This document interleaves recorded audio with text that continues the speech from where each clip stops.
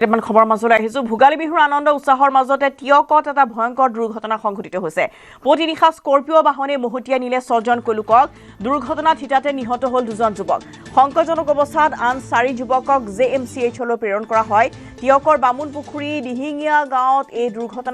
দুৰ্ঘটনা সংঘটিত কৰিয়ে পলায়ন কৰে বাহনখনৰ চালক মিণ্টু গগৈ 9 বিজেপি নেতা দুৰ্ঘটনা সংঘটিত কৰিয়ে বাহনখনৰ পলায়ন কৰা বাহনখনৰ নম্বৰ হৈছে AS03AN9141 পুনৰবাৰ জনাইছো এটা দুৰ্ঘটনাৰ খবৰ আহি পৰিছে টিয়কৰ পৰা য'ত পুৱতি নিশা হৈছে ভয়ংকৰ পথ দুৰ্ঘটনাটি স্কৰপিঅ বাহনে মহতিয়াই নিলে 6 জন লোকক 2 জন যুৱকৰ হিতাতে মৃত্যু হৈছে সংকটজনক অৱস্থাত 4 যুৱকক জেএমচিএইচ লৈ প্ৰেৰণ কৰা হৈছে টিয়কৰ বামুনপুখুৰী দিহিঙীয়াত এই দুৰ্ঘটনা আৰু দুৰ্ঘটনাটি সংঘটিত কৰিয়ে বাহনখনৰ চালক মিণ্টু গগৈ পলায়ন কৰিছে মিণ্টু গগৈ 9 বিজেপি নেতা বুলি জানিব পৰা গৈছে আৰু পলায়ন কৰা বাহনখন ইতিমধ্যে AS03AN9141 অৰ্থাৎ এইখন বাহনতে সংঘটিত হৈছে এই ভয়ংকৰ দুৰ্ঘটনাটি দিগন্ত হাজৰিকা ফোন লাইনত দিগন্ত বাহনখন জব্দ কৰা হৈছে বাকি আন লোকসকলৰ অৱস্থা কেনেকুৱা বা কেনেধৰণে দুৰ্ঘটনা সংঘটিত হ'ল আপোনাৰ পৰা জানিব বিচাৰিম নিশ্চয় ৰশ্মিতা চাওক আসলতে বিহুৰ দিনা পুৱাই অত্যন্ত মৰ্মান্তিক ঘটনা দুৰ্ভাগ্যজনক ঘটনা যেহেতু 2 জনকৈ যুৱক ইতিমধ্যে থিতাতে নিহত হৈছে আৰু 4 জন যি আসলতে গুৰুতৰভাৱে আহত তেওঁলোকক যোৰহাট চিকিৎসা মহাবিদ্যালয়ত ইতিমধ্যে চিকিৎসাধীন হৈ আছে আৰু ঘটনাটো কেনেদৰে সংঘটিত হ'ল যেহেতু ৰাষ্ট্ৰীয় ঘাইপথত নহয় গাঁৱৰ ভিতৰত এই ঘটনাটো সংঘটিত হৈছে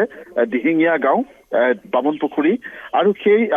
যিগৰাকী যুৱকে দুৰ্ঘটনাটো সংঘটিত কৰিছে ইতিমধ্যে আপুনি বাইক যিখন গাড়ী স্কৰপিঅ বাহন সেই বাহনখনৰ নম্বৰ ইতিমধ্যে অৱগত কৰিছে AS03AN9141 আসলতে গাড়ীখন আৰক্ষীয়ে জব্দ কৰিছে আৰক্ষীয়ে ইতিমধ্যে ঘটনাৰ যিখিনি প্ৰাৰম্ভিক তদন্ত আৰু সেইখিনি ইতিমধ্যে আৰম্ভ কৰিছে গাড়ীখন